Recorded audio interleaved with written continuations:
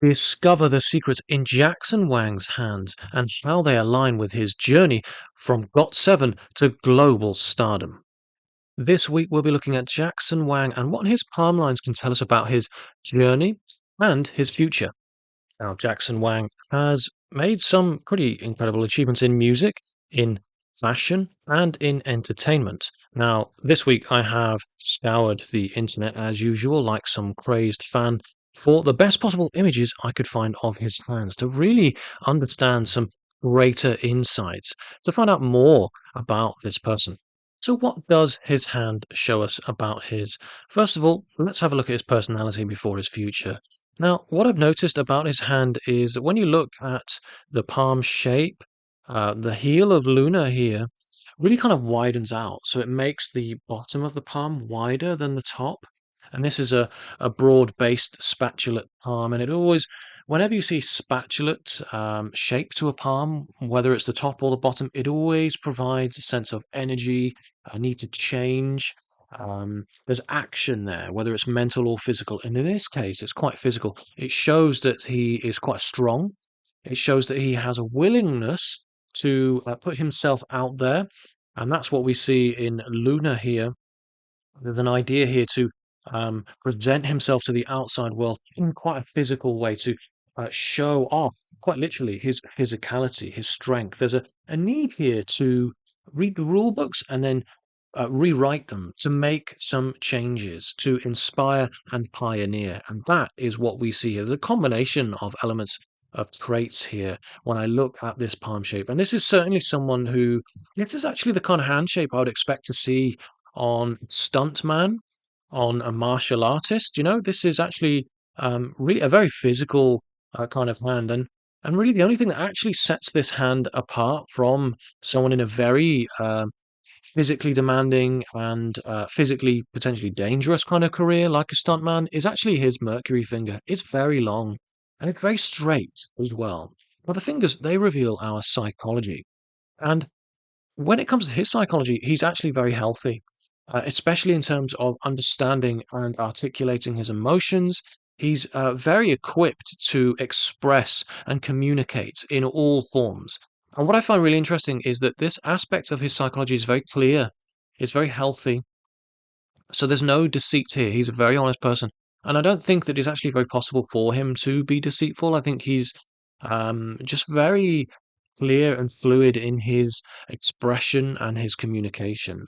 And all the fingers pretty much lean in on each other, with the exception of Mercury. Mercury is very straight, very aligned, very balanced. Again, a very healthy expression, sense of expression and communicative aspect of his psychology. He's very considerate. And I say this because Saturn, societal contribution, duty, um, ethics, morality, traditional values, these lean in towards Apollo, his what he can provide, what he can create, his abilities, his attributes. And so this is showing us a sense of consideration towards his world and the way that his world perceives him. He's very conscious and considerate. He's very he's constantly thinking about how can I, again, this comes back to his personality type, this idea of someone who needs to pioneer, make change, to explore. He really has the kind of hand shape that shows someone who is, if it weren't for the fingertips, he would be an explorer, quite literally, an astronaut, someone who travels a lot. And I do think that's in store for him. But this isn't actually sort of part of his personality and his theme of his life. He's someone who's a lot more um, introspective than that, than just a physical need for exploration. Luckily so, because otherwise we'd see someone who's outright um, throwing themselves into gratifying themselves through, sort of worldly physical experiences and desires. He's very considerate. He's very introspective. He probably loves to read a lot of books. He's probably a bit of a humanitarian. Interestingly, the headline here does start fairly low down on the hand. Now, that's actually the reason why that's unusual is because he's very successful. Most of the time, very ambitious people, very, big achievers, high achievers often have a high set headline, a headline that begins past halfway of where the thumb sprouts from the palm and the Jupiter finger. So we would expect to see a headline up here, just a little bit, it's subtle, isn't it? But just a little bit higher than it is. That's what I would expect to see. So what that is showing me is that, in fact, his journey has been in some way not as a result of his own tremendous ambition. Now, that's not to say that he's not gone where he has through hard work. I don't doubt that he has worked hard, but it's never been his intention to be famous. It's never been his intention to be as successful as he has been. Now, for someone who is so bold, who is so willing to show themselves and reveal themselves to the world in quite an open and honest and expressive way, and that's what his lunar mount, the shape of his hand, and Mercury, the Mercury finger is showing me. It's unusual, again, to see a lifeline that is actually reducing Venus to a fairly small mount. That's fairly unusual for this hand shape as well, because it's showing me that his his persona, his character isn't all that big. I mean, he's not someone who is, the life and soul of the party. He's not an extrovert. He's not um really, like, he's willing to put himself out there, but he's not the sort of person who will go out of their way to show off. He's not a show off. It's a strange contradiction I'm coming up with here. He's actually a fairly private, reserved, humble, he's actually a fairly quiet person. Again, I'm coming back to this introspective nature. Whilst he's willing to make big change and pioneer and put himself out there, he's quite brave and bold in certain respects, but he's not an extrovert. He does not have an overinflated opinion of himself. The Jupiter finger is it's pretty much short, but only just. So his idea of himself, it's a little bit reduced. And the interesting thing is, Jupiter leans in ever so slightly towards Saturn, and Saturn does the same as well. But there's an idea here of tremendous responsibility. His ego is kept in check by his strong sense of ethics, of morality, duty, contribution, and how he can make change and provide to the world around him. So he's actually kind of weighed down. This is a strange one, because what this means is his success, what he's able to achieve, each time he achieves something, actually weighs down on him a little bit, and he makes him think, well, okay, how can I make positive change with this? How can I utilize this? I've gained this power, I have greater responsibility, and this is weighing down on him. This is a really interesting trait, and it shows actually that he is it is showing a very balanced nature. Now, I'm not going to say that um, he's not necessarily. Although this is quite complex, I need to pick my words carefully. Although he's considerate, because he is, he's not necessarily generous. This is a strange one, and these are the two best images I have. So part of the reason why I say that is because the Venus mount is somewhat reduced, so he's reducing his social network. He's more generous with a very selective few. I think it's probably down to trust. It's probably because he's so honest himself. He's so transparent and trustworthy himself, and I think he's probably put himself out there so many times. He knows that people can't be trusted, and I think there's a hesitancy, there's reservation here. He's very generous in a very specific way. He's very considerate in general, but in terms of the way in which he gives, he's not very emotionally loving. He's not very physically loving. His love is through action and physical support, materiality, providing time, effort, acts of service. This is his key love language. He is very open-minded, though. So part of the reason why I say that acts of service is his love language is because his heart line is fairly great. There was an emotional kind of breakthrough for Jackson Wang, and I'm going to say that this was probably in maybe even his late teens, maybe even sort of 18 or so. There was some sort of emotional breakthrough, and I think this is probably an early love in his life that really allowed him to experience very profound feelings of love that enabled him to open up like never before. And since then, he's never really um, been able to go back to that former reserved, emotionally reserved person that he once was. So there's still some reservation here, but thankfully he has opened up and he's turned a corner in this way.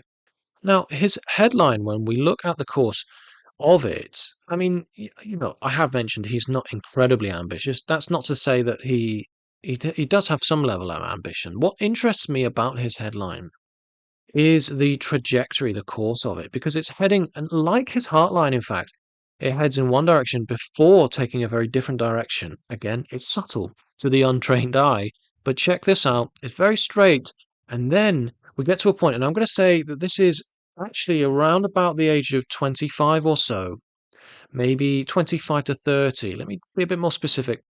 Yeah, I'm gonna say about the age of 30, there's this kind of epiphany here. And as I've mentioned, he reads a lot of books. He's an old soul. Anyone with a low set thumb like this, um, it's one of the signs anyway of someone who has actually been around for many lives.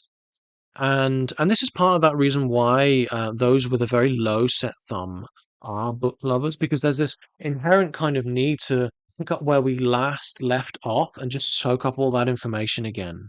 That thirst for knowledge is there for a reason. And I imagine that Jackson Wang, he is always, has got his head in a book. And there was some kind of epiphany for him. The way in which he thinks just sort of changed overnight almost. At the age of around about 30, something happened here. There's a very profound experience here that really changed his perception. And the more aware we become, they say that those who are incredibly intelligent are more susceptible to depression, to poor mental health problems. Jackson Wang absolutely has a predisposition towards depression, and I see that because of his headline and the trajectory of it. Yes, he is immensely creative. This change in his mental perception enabled for greater flexibility, adaptability of thought, thinking, imagination.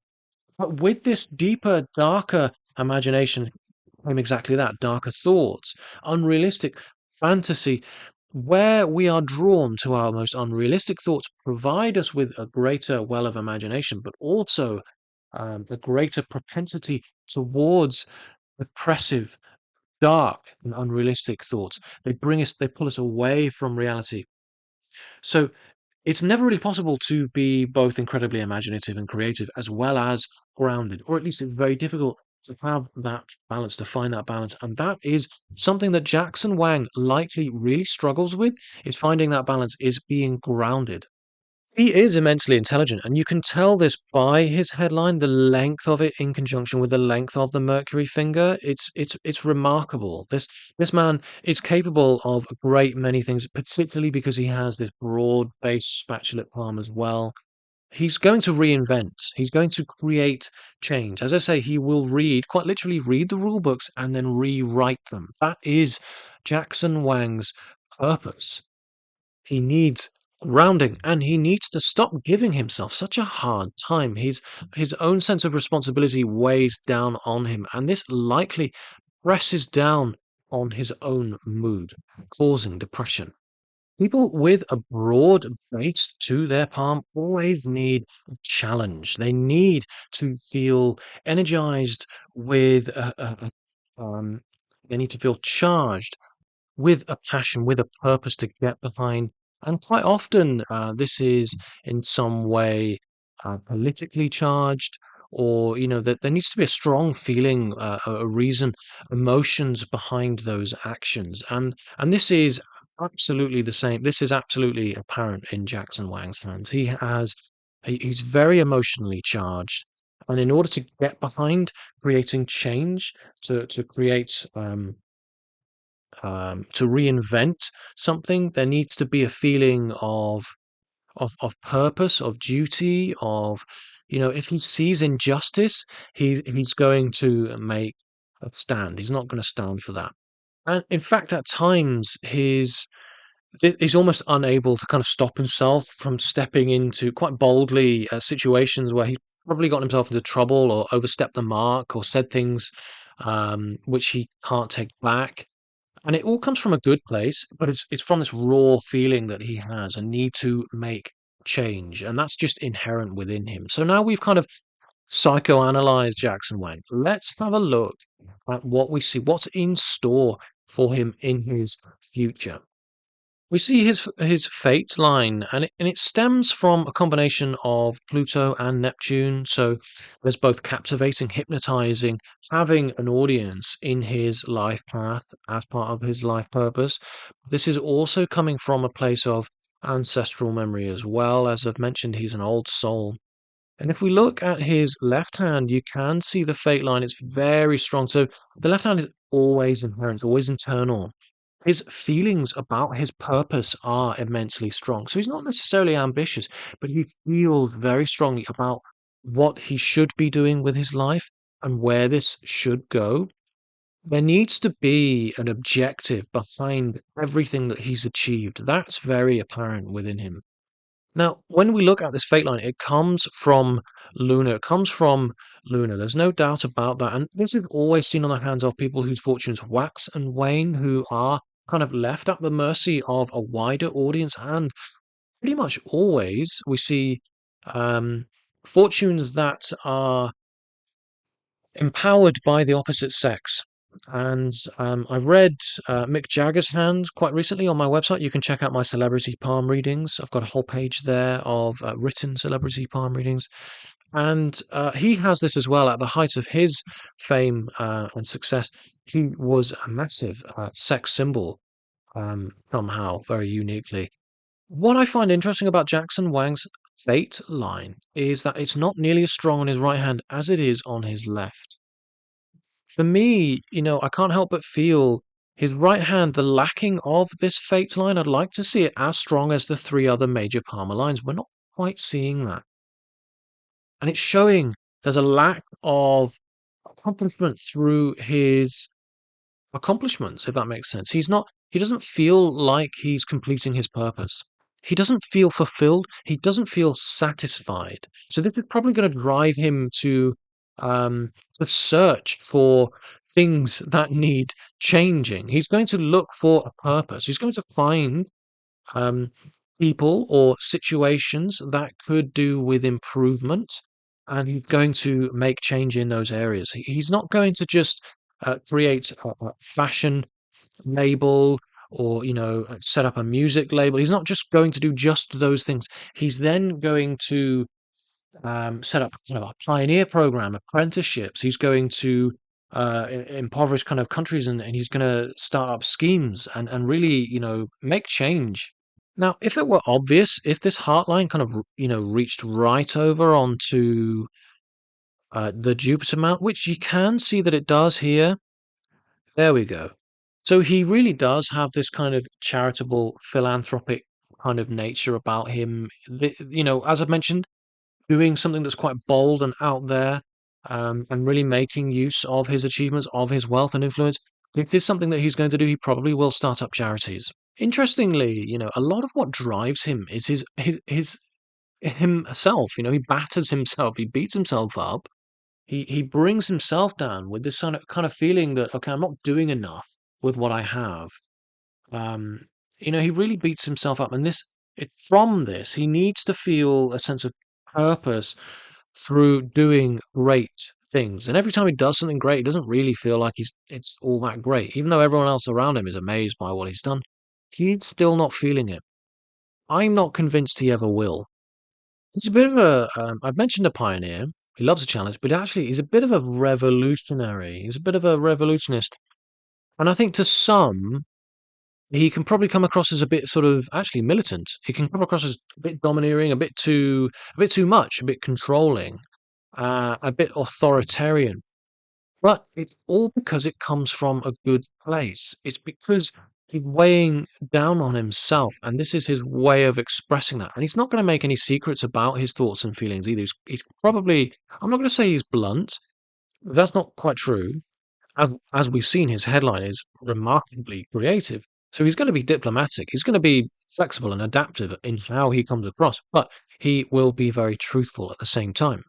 Where his career really makes dramatic change, is at the age of 53, and his success will be tremendous. From the age of about 60 onwards, there's going to be a real feeling here of having succeeded, and there's going to be a kind of an episode in his life, a new chapter here where there's a great sense of peace and he can relax because that's actually, this is where I'm coming to a conclusion in my mind here.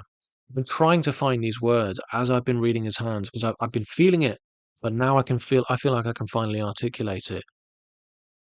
All these outward efforts to making great change and reinventing, pioneering, revolutionizing are all um, they are expressions of an aspect of himself that just cannot rest.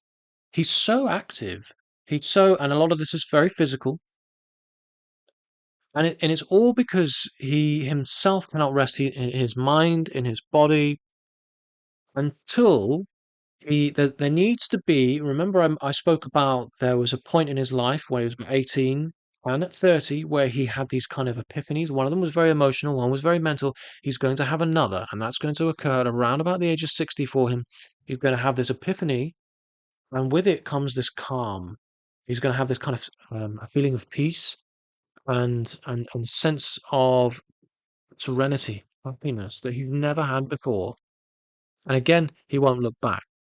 Interestingly, I don't think that this will occur from any accomplishment, any achievement that he completes. These efforts to satiate this need to find peace that I don't even think he's all that aware of. I think this is very subconscious. Um, is it's never. It's almost kind of like every time it does, it fuels that fire even more. And I think what actually creates this great sense of peace and calm is, in fact, meeting someone. I think this is a chance encounter. His career, however, will pick up at 53. There will be significant and dramatic, very, very busy time in his life, 53. Um, I think 50 to 53 is going to be a very busy time in his life, and I think he's really going to fulfill a lot of his ambitions at this time. But again, this won't really make him all that happy, and I think it's going to start him. It's going to set him off on a course where he reevaluates and kind of looks within, and probably does a lot of traveling at this time to really understand, escape the life that he's created for himself in a way, and reevaluate and understand and look within a little bit more, turn inwards, and then from this, the ball will really start rolling towards finding his sense of peace in life. In terms of relationships and that potential chance encounter, let's have a look at his relationship lines, which we can see the rather unreliable horizontal little lines here that stretch in from underneath the Mercury, the little finger above the heart line. Now, there's two major loves in his life. Now, remember, I said that there's this chance encounter, there's epiphany that's to do with peace, happiness, prosperity. The sun in his life, Apollo, which he's constantly striving towards satisfying, sun in his life. This doesn't occur for him until later on in life. The first, truest, greatest love in his life, he will meet at around about the age of 38, 37. Yeah, I'm gonna go with that, 37 to 38. I don't know if he's in a relationship right now. I really don't know all that much about this guy, but I can tell you that. And then the second and actually the most powerful love in his life won't be until later on in his life, and that's probably around about the age of 45, maybe even 50. 45 to 50. And I know that's vague, but this is a way off yet. And please bear in mind, this is an incredibly blurry image. And as well as that, this area of the hand changes a lot. So don't take what I say, as set in stone. It takes two to tango, right? If you're in a relationship, there's more than one person to consider. The variables are tremendous. So this is why this area of the palm changes probably more than most. So although I've made some sort of a prediction here, it's open to change, subject to change, because the future is a lot like a cloud. By the time it reaches us, it will look very differently, and it might not even rain at all. And maybe, who knows, it'll clear up and be sunny. We just can't really see all that much ahead. And when it comes to Jackson Wang, I have to say his fate is actually quite uncertain. He doesn't have a tremendously carved out future in terms of fate.